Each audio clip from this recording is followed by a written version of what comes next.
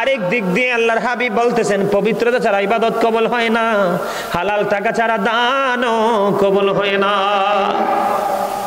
মিফতাহুল জান্নাতিস সালাহ ওয়া মিফতাহুস সালাতিত তুহুর। নামাজ হলো জান্নাতের চাবি, আর নামাজের চাবি হলো পবিত্রতা। কি বুঝছেননি কথা?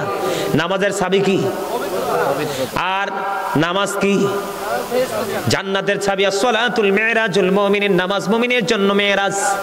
জোরে জোরে কন্না সুবহানাল্লাহ, আর জোরে বলে। এবার আসেন নামাজ কবুল না হওয়ার পিছনে অন্যতম কারণ হলো বন্ধু, সর্বপ্রথম বর্তমানে ম্যাক্সিমাম মানুষ হারাম পথে টাকা উপার্জন করে খায়। আরো জোরে কন্যা কেন? কারণ বন্ধু, যাদের বডিটা হারাম উপার্জিত খাবার দিয়ে গঠিত হয়েছে তাদের সেজদা কখনো কবুল হবে না। এখানে নোংরামি আছে না নাই? 2 নাম্বার বুখারী শরীফের মধ্যে যে হাদিস খানা, আপনি 10 টাকা দিয়ে একটা জামা কিনেছেন অথবা 100 টাকা দিয়ে অথবা 1000 টাকা দিয়ে, 1000 টাকা দিয়ে যদি কিনেন 900 টাকা আপনার হালাল, 100 টাকা হারাম। 10 টাকা দিয়ে যদি কিনে থাকেন 9 টাকা আপনার হালাল, 1 টাকা হারাম। বন্ধুরে আমার নবী বলেছে 1 টাকা হারাম যখন তোমার 9 টাকার সাথে যুক্ত হলো, এটা হারাম হয়ে গেল। এই পোশাক পরে কিয়ামত পর্যন্ত তুমি নামাজ পড়ো রে, এই নামাজ আল্লাহর দরবারে কবুল হবে না। আওয়াজ তুলে বলুন না নাউজুবিল্লাহ। আর জোরে বলেন নাউজুবিল্লাহ, নাউজুবিল্লাহ। 2 নাম্বার হলেন বর্তমানে ম্যাক্সিমাম বর্তমান সমাজের যুবকদের দিকে যদি তাকাই, আপনারা তো ঢাকার মানুষ, ম্যাক্সিমাম যুবকের পরনে দেখবেন জিন্স প্যান্ট থাকে। কি প্যান্ট থাকে? Jeans pant. আছে না নাই? আছে। আমি আপনাদের কি বুঝাচ্ছি, মন দিয়ে ব্রেইনে সেটআপ দেন বন্ধু, বিরক্ত হলে বলবো না। আল্লাহ কোরআনে বলেছেন লিবাসুত তাকওয়া যালিকা খায়র। আল্লাহ রাব্বুল আলামিন বলেছেন আল্লাহর কাছে সবচেয়ে উত্তম পোশাক হলো তাকওয়ার পোশাক। যে পোশাকটা পুরুষের জন্য, ইমানদার পুরুষের জন্য ফরজ। এই পোশাকটা উপর দিয়ে থাকবে নাভি বরাবর অথবা নাভির উপরে, নিচের দিক দিয়ে থাকবে টাকনোর উপরে। বলে হুজুর এখন যদি আমি নাভির নিচে পড়ি, আপনি ফরজ তরক করেছেন। আল্লাহ রাস্তা দেখিয়ে দেখাইছে একটা, আপনি নিজের রাস্তা তৈরি করেছেন আরেকটা। ঠিক কথা কি আমার বুঝে আসে? আর নিচে দিয়ে আপনি টাকনুর উপরে রাখতে হবে, নিচে যাওয়া যাবে না। বুখারী শরীফের মধ্যে সে হাদিস খানা, যিনি অহংকার করে করে টাকনুর নিচে ঝুলিয়ে ঝুলিয়ে পোশাক পরবে তার ঠিকানা জাহান্নাম। আল্লাহ ডাজন্ট লাইক দ্য প্রাউড, আল্লাহ অহংকারীকে পছন্দ করে না। ঠিক কিনা বলেন? ইন্নাহু লা ইউহিব্বুল মুস্তাকবিরিন। আল্লাহু আকবার। আল্লাহ অহংকারীকে পছন্দ করেন না। কি করেন না? কথা বুঝে নেবেন কিন্তু, আমার কথা কি বোঝেন? 3 শ্রেণীর মানুষ কি হাসরের দিন আল্লাহ ক্ষমা করবে না। 1 শ্রেণীর মানুষ হলো লুঙ্গি, প্যান্ট, পায়জামা, ট্রাউজার যেটাই পরেন না কেন, যদি বন্ধু টাকনোর নিচে ঝুলানো থাকে, ওই মানুষকে আল্লাহ রাব্বুল আলামিন কাল হাসরের দিন ক্ষমা করবে না, তারকে আল্লাহ রাব্বুল আলামিন দয়া করবে না। 2 নাম্বার হলো যারা ব্যবসার মাধ্যমে অর্থ উপার্জন করে মানুষকে ঠকায়, বন্ধু তার ক্লায়েন্টকে ঠকায় তার জন্য। 3 নাম্বার হলো যেই মানুষ বিপদে পড়লে উপকার করে, সুযোগ পাইলে খোটা দেয়। এটা একটা হাদিস শরীফ। এই জন্য বন্ধু বলছি, তুমি যে নামাজ পড়ছো নাবির নিচে, গতকালকে যখন আমরা ওই যে কোথায় যে বলছিলাম মেঘালয়ের দিকে রওনা দিলাম, ময়মনসিং দিয়ে শেরপুর দিয়ে, একেবারে মেঘালয় বর্ডারের কাছাকাছি প্রোগ্রাম করে আসলাম। হঠাৎ করে দেখলাম একটা ছেলে তার গাড়িটাকে ক্লিন করতেছে। বিশ্বাস করেন আমার চোখ দুইটো লজ্জিত হয়ে গেছে। সেই শুয়ে বন্ধু গাড়িটা ক্লিন করতেছে, তার পিছনের দিক দিয়ে 100% লজ্জাস্থানটা দেখা গিয়েছে। আমি লজ্জায় কিন্তু কোনো কিছু বলিনি, চোখগুলোকে অন্যদিকে ঘুরিয়ে নিচ্ছে। এখানে দাঁড়িয়ে কিসের কথা? এই এটা কি কথার জায়গায়? তোমরা এখানে দাঁড়িয়ে কথা বলছো কেন? যাও ওইদিকে যাও, বিরানির সময় এসে নিয়ে যাইও।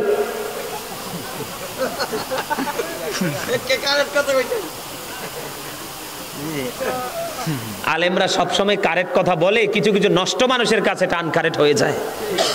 আলেমরা সবসময় রাইট কথা বলে, কোন কোন দুষ্ট চরিত্রের মানুষের কাছে এটা রং হয়ে যায়। এই কমু আনে হাদিয়া লইয়াই চিনি। আলহামদুলিল্লাহ। আমার খুব আসলে প্রেম করতে চামড়া সাউন্ড লাগে না। চামড়া যদি বয়কারে বড়তে বড়তে কোনো কিছুর জন্য নাকি আল্লাহ রাসূলের জন্য? কথা বলে না। আল্লাহ রাসূলের জন্য। এই জন্য বলছি এর আগের বছর ওইদিকে কোথায় যে আসছিলাম, ওনার বাড়ির আঙ্গিনা, যখন শুনছি আমি আসবো টিকিট কেটে চলে আসছে বাংলাদেশে। এই যে মুরব্বী, আমার দেখে মনে হয় যে কি যে পাইছে, আর আল্লাহ রাসূলকে যদি পাইতো তাহলে কি যে করতো। আলহামদুলিল্লাহ বলেন না? আরো জোরে বলেন আমার কথা কি আপনারা কষ্ট পান? আরো জোরে বলেন। 3 শ্রেণীর মানুষেরকে আল্লাহ ক্ষমা করবে না। এর যুবক, সবচেয়ে বড় লজ্জার কথা হলো আমরা ইমানদার হয়ে কেন বেঈমানি কালচার আমাদের মাঝে।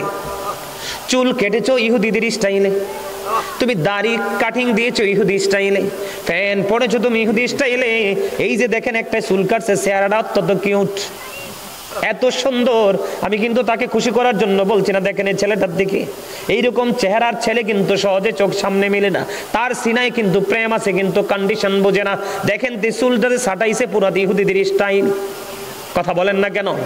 এটার জন্য দায়ী বন্ধু মা বাবা রে। মা বাবা এই জন্য বন্ধু দক্ষ হতে হবে, মা বাবা এই জন্য এক্সপেরিয়েন্স ম্যান হতে হবে। সন্তান কোনটা করছে, রং কিনা রাইট, এই দিকে পিতামাতার সবচেয়ে নজর থাকতে হবে। ছেলে যদি বন্ধু 6 হাত লম্বা হয়, বাবা যদি বন্ধু 2 হাতও হয়, তারপরেও এই ছেলে বাবার উপর দিয়ে যেতে পারে না। পৃথিবীর শ্রেষ্ঠ জায়গা হলো পিতা মাতার বুক, ঠিক কিনা বলেন? বন্ধুরে আমার, আমি কেন বললাম তাকে দেখালাম, এটা কিন্তু সে বুঝে নাই এটা যে তার অন্যায়, কিন্তু স্টাইলটা ইহুদিদের। আমি তোমাদেরকে মনে করিয়ে দিই, আল্লাহ কোরআনে বলেছে ইমানদারদেরকে তোমাদের ফিউচার আছে, তোমাদের ভবিষ্যৎ আছে। তোমরা যদি ফিউচারকে ব্রাইটনেস করতে চাও, তাহলে ওই সমস্ত পার্সনদের সাথে তোমরা কি করো, অলওয়েজ তোমরা কমিউনিকেশন রাখো। আমি তোমাদেরকে বোঝাতে চাই, তোমরা 2 জন একেবারে ইয়াং ম্যান সামনে বসেছো, আমি তোমাদেরকে বলতে চাই পিছনে অনেকে এসে বসেছে। আল্লাহ রাব্বুল আলামিন পবিত্র কালামে হাকিমে বলেছেন ইন্নাল কাফিরিনা কানু লাকুম আদুওয়াম মুবিনা। আল্লাহ বলেছেন the heretics are the eternal enemy of the believers. ঈমানদারদের প্রকাশ্য শত্রু হলো বেঈমান কাফেরেরা। জোরে জোরে বলেন নাউজুবিল্লাহ। আপনারা ফিলিস্তিনের দিকে তাকান, এই ফিলিস্তিন যে বরকতের জায়গা, কোরআন শরীফের বনি ইসরাইল আল্লাহ বলেছেন 15 পারায়, সুবহানাল্লাযী ইয়াসরা বিআবদিহি লাইলাম মিনাল মাসজিদিল হারাম ইলাল মাসজিদিল আকসাল্লাযী বারাকনা হাওলাহু লিনুরিয়াহু মিন আয়াতিনা। কোরআন শরীফের 15 পারা প্রথম পৃষ্ঠা সূরা বনি ইসরাইল। আল্লাহ বলেছেন সেই ফিলিস্তিনে দেখেন ইহুদি নামক সাদা সাদা কুকুরগুলো হরণ করে নিয়ে যাচ্ছে। কথা বলেন ঠিক না বেঠিক? যুগে যুগে তোমরা ব্যাকগ্রাউন্ড যদি দেখো, ইসলামের ব্যাকগ্রাউন্ড দেখবা, ইহুদিদের দ্বারা ইসলামের ক্ষতি হয়েছে, নবী রাসূল লাঞ্ছিত হয়েছে, কষ্ট পেয়েছে। এই জন্য বলতে চাই যুবক, আমাদের ঘরের আঙ্গিনায় থাকার কথা ফুরকানিয়া মাদ্রাসা এসেছে কিন্ডারগার্টেন, এটা ইহুদিদের একটা অপকৌশল। আমাদের হাতে থাকার কথা মেসওয়াক, নবীজির সুন্নাত, এখন আমাদের হাতে চলে এসেছে ব্রাশ, এটা একটা ইহুদিদের অপকৌশল। এই যে তোমরা জিন্স প্যান্ট পরছো, মা বোনেরা পাতলা পাতলা পোশাক পরতেছে, এই দুটোটাই কিন্তু ইহুদিদের একটা অপকৌশল। আমার নবী বলেছেন যে নারী পোশাক পরার পরেও তার অঙ্গ দেখা যায়, ওই নারী পোশাক পরিহিত নারী নয়, ওই নারীকে আমার নবী বলেছেন উলঙ্গিনী ল্যাংটা নারী। জোরে জোরে নাউজুবিল্লাহ। আর তোমরা যারা ইয়াং মেন আছো, তোমরা যখন টাকনুর নিচে পোশাকটা পরবা, নাভির নিচে পোশাকটা পরবা, টাকনুর নিচে পুরুষের একটা হরমোন আছে, যদি তোমরা সব সময় কন্টিনিউ যদি তোমরা এই পোশাকটা পরতে থাকো, বিজ্ঞানে এসেছে তোমাদের যৌবন শুকিয়ে যাবে। ছেলেরা স্ট্রংলি বন্ধু যৌবনের চাহিদা মিটাতে পারবে না, এটা ছেলেদের জন্য সবচেয়ে বড় ভয়ঙ্কর একটা কথা। দেখবেন এখনকার যুগের মেয়েরা অনেক উপরে পায়জামা পরে, তাদের ওখানে একটা বন্ধু হরমোন আছে, যেই নারীরা টাকনুর উপরে পায়জামা রাখে তাদেরও যৌবন শুকিয়ে যায়। জোরে জোরে কন্যা নাউজুবিল্লাহ। দুনিয়া এবং আখিরাতের জন্য এটা গজব বন্ধু। আমি সেই দিকে যাচ্ছি না, আমি আপনাদেরকে বুঝাইতে চাই। আমার নবী অবস্থান করতেছেন, একজন ব্যক্তি এসে নামাজের নিয়ত বেঁধে ফেললো। আমার নবী বললেন তুমি ওযু করে আসো, তিনি নামাজের নিয়ত ভেঙে ওযু করতে গেলেন, আবার ওযু করে এসে তিনি নামাজের নিয়ত বানলেন। আমার নবী আবার বললেন তুমি ওযু করে আসো, তিনি আবার বন্ধু ওযু করতে গেলেন। 2 বার 3 বারের সবাই নবীকে প্রশ্ন করলো ইয়া রাসূলুল্লাহ, ইয়া হাবিবাল্লাহ, নবী গো বারবার কেন বলছেন ওযু করে আসার জন্য? এবার আমার নবী ডাক দিয়ে বলতেছেন তার পোশাকটা শরীয়তের সীমা লঙ্ঘন করেছে, আল্লাহর যে ওয়ার্ডার যে কন্ডিশন সেই সীমা অতিক্রম করেছে। এই পোশাক পরে কিয়ামত পর্যন্ত নামাজ পড়তে পারবে, আল্লাহর দরবারে নামাজ কবুল হবে না। বুঝে আসছে কথা? বিশেষ করে জিন্স প্যান্ট যারা পরে দেখবেন, তারা যখন নিচের দিকে ঝুঁকে রুকুতে যায় দেখবেন 100% পিছন দিতে লজ্জাস্থান দেখা যায়, অথচ এই জায়গাটা ঢেকে রাখা ইমানদার হিসাবে আমাদের জন্য ফরজ। আমার কথা বুঝে আসছে? এবার আসেন পবিত্রতা। ইমাম সাহেব খুতবা দিচ্ছে, কি দিচ্ছে? অথবা ইমাম সাহেব জোহরের নামাজ 1 রাকাত 2 রাকাত পরে শেষ করে নিচ্ছে, একজন দৌড়ে ছুটে আসলো, এসে প্রস্রাব করলো, ওই যে চাচা বললো হুটহাট করে পানি ফরজ করে মসজিদে চলে গেল। আছে না নাই? আছে। আরে জোরে বলেন। বন্ধুরে আমার, প্রস্রাব করার পরে পবিত্রতা যথাযথভাবে আপনাকে পালন করতে হবে। কিভাবে? যথাযথ পবিত্র হতে হবে। আপনি যদি নামাজের শেষ বৈঠকে যদি আখিরি বৈঠকে যুক্ত হন, তারপর আপনি জামাতের সওয়াব পেয়ে যাবেন। কিন্তু আপনি অপবিত্র শরীর নিয়ে পুরো নামাজ পড়লেও আপনি নামাজ থেকে পুরোপুরি ফায়দা নিতে পারবেন না। বন্ধুরে আমার, সাদ বিন মুআজ রাদিয়াল্লাহু তাআলা আনহু যখন ইন্তেকাল করলো, ইন্তেকাল করার পরে তাকে কবরে দাফন করা হলো। তাকে কবরে দাফন করার পরে বন্ধু আমার নবী সাহাবায়ে কেরামদেরকে নিয়ে সাদ বিন মুআজের কবরের পাশে দাঁড়িয়ে দাঁড়িয়ে তাসবিহ তাহলিল দোয়া করতেছেন। এবার সাহাবায়ে কেরাম প্রশ্ন করলো, ইয়া রাসূলুল্লাহ, ইয়া হাবিবাল্লাহ, নবী নবী গো, ও প্রাণের নবী, আপনি কেন ওনাকে দাফন করার পর ওনার কবরের পাশে দাঁড়িয়ে দাঁড়িয়ে আপনি দোয়া করতেছেন? আমার নবী আবার উত্তর দিল, রে যুবক, ও সোনার গাঁও, মঙ্গলের গাঁয়ের যুবক, হৃদয় খুলে শোনো রে, এগো এই হেদায়েত কিন্তু সবার নসিবে নাই। তবে যেই যুবক হেদায়েত প্রাপ্ত হবে রে, এই যুবকের জন্য কাল কিয়ামতের দিন আল্লাহর আরশের ছায়ার নিচের একটা অংশ তোমাদের জন্য বরাদ্দ থাকবে।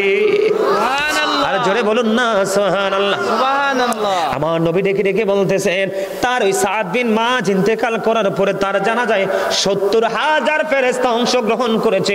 সে এত বেশি আল্লাহওয়ালা বুজুর্গ ছিল, কিন্তু তারপরেও তার কবরে আযাব চলছে। আল্লাহু আকবার বলবেন না? কথা বুঝতে পারছেন? সে এত বেশি নেক আমল করেছে, এত বেশি তাকওয়া খোদাভীতি তার ছিনাই ছিল, তার ইন্তেকালের পরে তার জানাজায় ৭০,০০০ ফেরেশতা অংশগ্রহণ করেছে। তারপরেও নবী বললেন, আমি কবরের দিকে নজর দিয়ে দেখলাম কবরে আযাব চলতেছে। এবার নবী গো, ইয়া রাসূলুল্লাহ, কেন গো বারবার বলছেন কবরের আযাব চলতেছে? আমার নবী বলেছেন, সে প্রস্রাব করার পরে ভালো করে পবিত্র হতো না। নাউজুবিল্লাহ বলেন না কেন? আরো জোরে বলেন না নাউজুবিল্লাহ। আপনি আমি এতদিন যে স্টাইলে পানি খরচ করেছেন, আজকে আর পানি খরচ করবেন না। ওই সময় যেভাবে পানি খরচ করেছেন, সময় পানি খরচ না করে একটু হাঁটাহাঁটি করে দেখবেন আপনার লুঙ্গি প্রস্রাব পরে ভিজে গেছে। আপনি যদি মনে করেন কিছু হাঁটতে হবে, হাঁটবেন। যদি মনে করেন 40 কদম 40 কদম, কারো যদি আরো বেশি লাগে আরো বেশি, কিন্তু আপনাকে পবিত্র হতে হবে, মাস্ট বি। তার একটা মজার খবর, আমার নবীজি মেরাজে গিয়েছেন, আপনারা তো সবাই জানেন। জানেন কি জানেন না? বন্ধুরে আমার, আমার নবী মেরাজে যখন গেলেন, জান্নাতে কদম দিলেন। জান্নাতে কদম দিয়ে আমার নবীজি দেখতে পাইলেন জান্নাতের মধ্যে একটা পবিত্র কদমের ছাপ দেখা যায়। সুবহানাল্লাহ। নবী বললেন, ব্যাপার কি? আমার নবী মেরাজে গিয়ে জান্নাত দেখলেন। জান্নাতে যাওয়ার পরে দেখলেন কদম বিভিন্ন রাওয়ায়াতে বিভিন্ন রকম এসেছে। একটা রাওয়ায়াতে পেয়েছি বন্ধু কদমের নবীজি ছাপ দেখেছেন, আর একটা রাওয়ায়াতে এসেছে নবীজি কদমের শব্দ শুনতে পেয়েছেন। বন্ধুরে আমার, আমার নবী বললেন, আশ্চর্য হয়ে গেছেন কদমের ছাপ কেন? আমার নবীজি মেরাজ থেকে ফিরে আসলেন। আয়েশা বন্ধু আমার নবীজি হযরতে বেলালকে ডাকলেন। বেলালকে ডেকে ডেকে বললেন, বেলাল রে, একটুখানি বলো না তোমার জীবনে কি এমন আমল তুমি করেছো? বেলাল, আমি জান্নাতে কদম দিয়ে দেখতে পাইলাম, আমি কদমটার দিকে নজর দিয়ে চাইয়া দেখলাম এই কদম কার রে। এই কদমের দিকে নজর দিয়ে চাইয়া দেখলাম এই কদমটা পৃথিবীর আর কারো নয়, আমার প্রিয় বেলালের পায়ের ছাপ। জোরে জোরে বলুন না সুবহানাল্লাহ। এবার বেলালকে ডাক দিয়ে আমার নবীজি বললেন, বেলাল বলো গো, তোমার জীবনে কি এমন আমল তুমি করেছো যে আমলের বদৌলতে আমি নবীজি জান্নাতে তোমার মৃত্যুবরণ? বেলাল কিন্তু পৃথিবীতে এখনো জিন্দা, বেলাল পৃথিবীতে এখনো পর্যন্ত জিন্দা, কিন্তু আমার নবী জান্নাতে গিয়ে দেখলেন বেলাল পৃথিবীতে বিচরণ করছে। কিন্তু এটা কেমন করে সম্ভব? বেলালের কদমের ছাপ দেখা যায়। বেলাল একটা ডাক দিয়ে বললেন, ইয়া রাসূলুল্লাহ, ইয়া হাবিবাল্লাহ, নবী গো, ও প্রাণের নবী, আমার জীবনের সবচেয়ে বড় নেক আমল হলো আমি বেশি করে পবিত্রতা অর্জন করেছিলাম। আমার মনে হয় আমার মালিক আমার এই পবিত্রতার প্রতি এত গুরুত্ব দেওয়ার কারণে আমার মালিক আমাকে তো মর্যাদা দিয়েছেন। জোরে জোরে বলুন না সুবহানাল্লাহ। বন্ধুরে আমার, আমাদের সমস্যাগুলো আমি আপনাদেরকে বলছি, বুঝতেছেন তো? আমার কথা কি বুঝতেছেন? এর মধ্যে এই যে প্রস্রাব পায়খানা থেকে পবিত্র হওয়ার পাশাপাশি আরেকটা জায়গা আমাদেরকে পবিত্র করতে হবে। একটা গুনাহ মাফের জন্য তওবার মাধ্যমে গুনাহ থেকে পবিত্র হব। প্রস্রাব করার পরে যথাযথভাবে হেঁটে ঢিলাকুলুপ করে পবিত্র ওযু করব, ঠিক কিনা বলেন? আরেকটা পবিত্রতা হলো, এটা গোপন খবর। এই পবিত্রতার খবর বন্ধু বর্তমান যুবকের যুবতীরা কোনো তোয়াক্কাই করে না। বন্ধুরে আমার, আরেকটা পবিত্র হলো স্বামী স্ত্রীর মিলনের পরে গোসলের মাধ্যমে পবিত্র হওয়া। এই জায়গায় কিন্তু গলদ আছে বন্ধু। হযরতে আব্বাস রাদিয়াল্লাহু তাআলা আনহুর জামানায় এক ব্যক্তি যখন ইন্তেকাল করলো, ইন্তেকাল করার পরে বন্ধু পৃথিবীর নিয়ম অনুযায়ী, ইসলামের বিধান অনুযায়ী তাকে গোসল করালেন। গোসল কমপ্লিট করার পরে তাকে কবরে দাফন করলেন। কবরে নিয়ে গেলেন, তাকে কবরে নিয়ে যাবেন। যখন লাশটা কবরের মধ্যে নামাইলো, তখন চাইয়া দেখলেন তার কবরের মধ্যে একটা জানোয়ার এসে হাজির হয়ে যায়। আওয়াজ তুলে বলেন না নাউজুবিল্লাহ।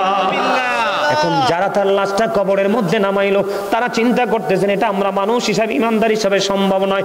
বন্ধুরে আমার, এই কবরটা তার অবশিষ্ট রেখে আরেকটা কবর খনন করলেন। আরেকটা কবর খনন করার পরে আগের নিয়মে আবার তার কবরের মধ্যে তার লাশটা দাফন করার জন্য নামানো হলো। নামানোর পরে আবার চাইয়া দেখলো বন্ধু, আবারও কুদরতি ভাবে দাফনের সময় জানোয়ার এসে হাজির হয়ে গেল। রহস্য ঘেরা এই উদ্ঘাটন কে করবে রে, এই পরিবেশের উদ্ঘাটন? বন্ধুরে আমার, তারপরে তারা আরেকটা কবর খনন করলেন। অনেক লম্বা ঘটনা। আরেকটা কবর খনন করার পরে আবার যখন তাকে দাফন করার জন্য কবরে নামানো হলো, এবারও চাইয়া দেখলেন তার কবরের মধ্যে অদৃশ্যভাবে এক জানোয়ার এসে বিড়ালের মতো হাজির। জোরে জোরে বলেন না নাউজুবিল্লাহ। বন্ধুরে আমার, জানোয়ার যখন হাজির হয়ে গেল, এবার উপস্থিত সবাই বলতেছে কিছুই বুঝতেছি না রে, কি করব?